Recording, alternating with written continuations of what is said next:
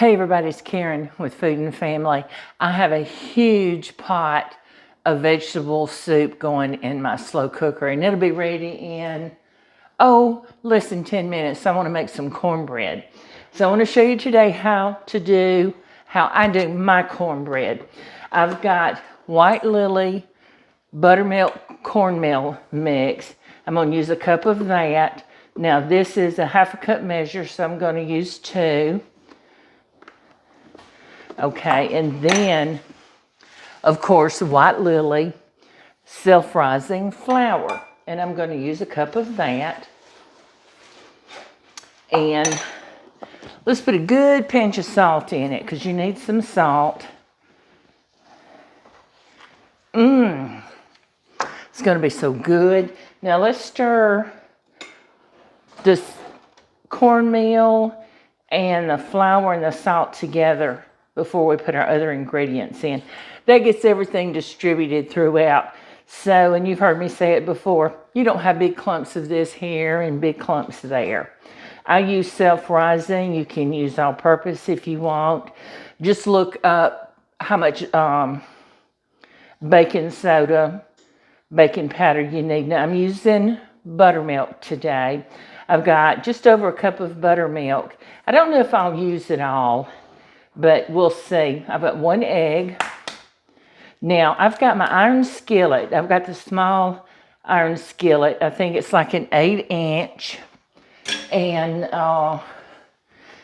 in the oven heating up with a good glob of butter. So when it gets hot, we put this in, that butter is going to come rising up over that cornbread mixture.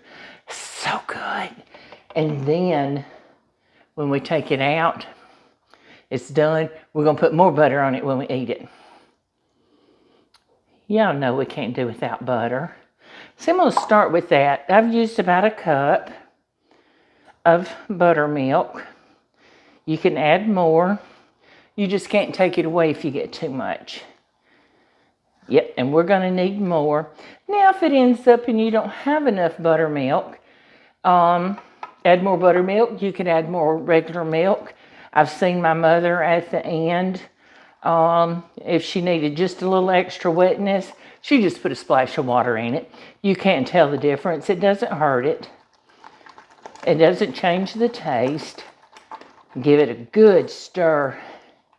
So yeah, that was just a tad over a cup of buttermilk.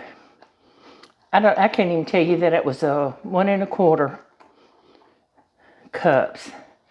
But look at that. See that consistency? See how I've got it? That's what you want. So we're going to get this skillet out and make sure it's hot. And our butter's melted. Oh yes, it is. Look at here. And that butter has started to brown just a little bit. It's not hurting a thing. Not hurting a thing at all.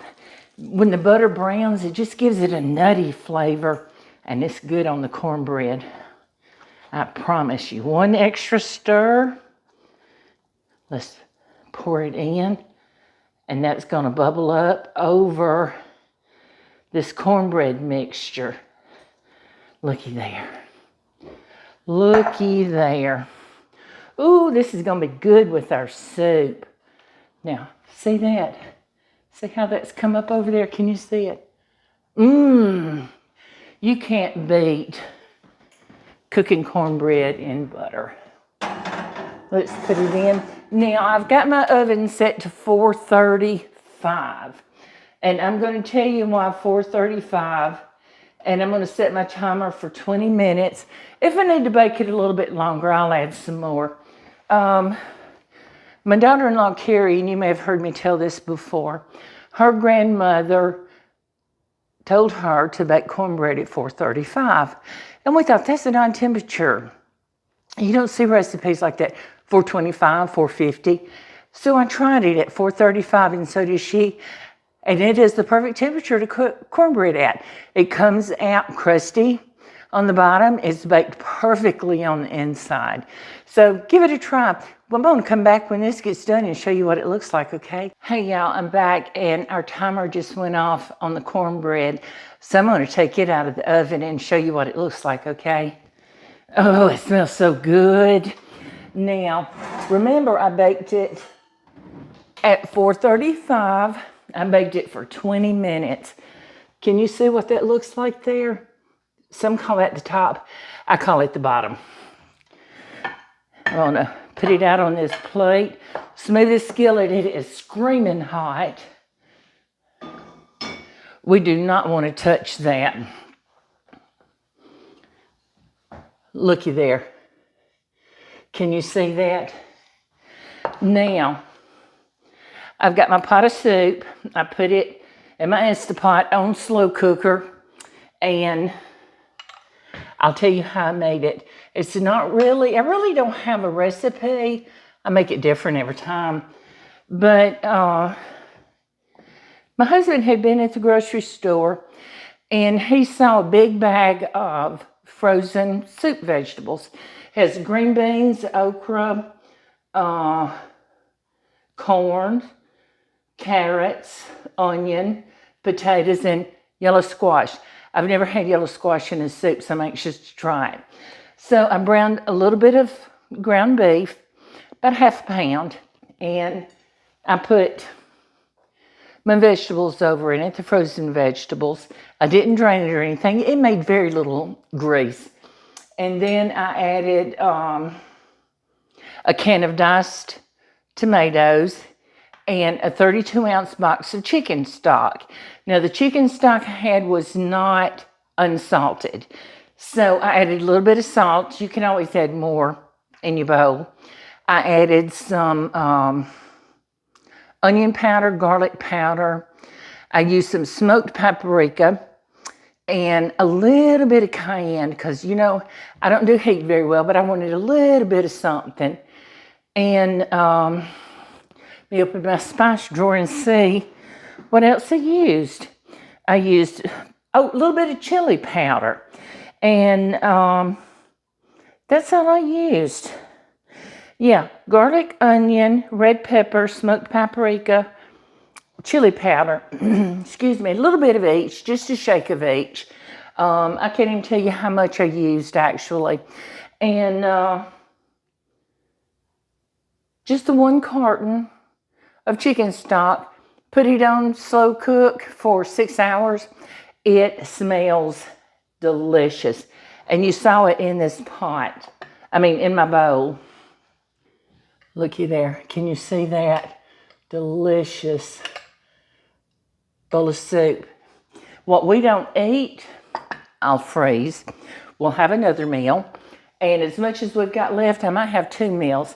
But I'm going to cut me a piece of cornbread. I don't know if you can hear that crunch. Can you hear that? Oh, looky there. You see that steaming?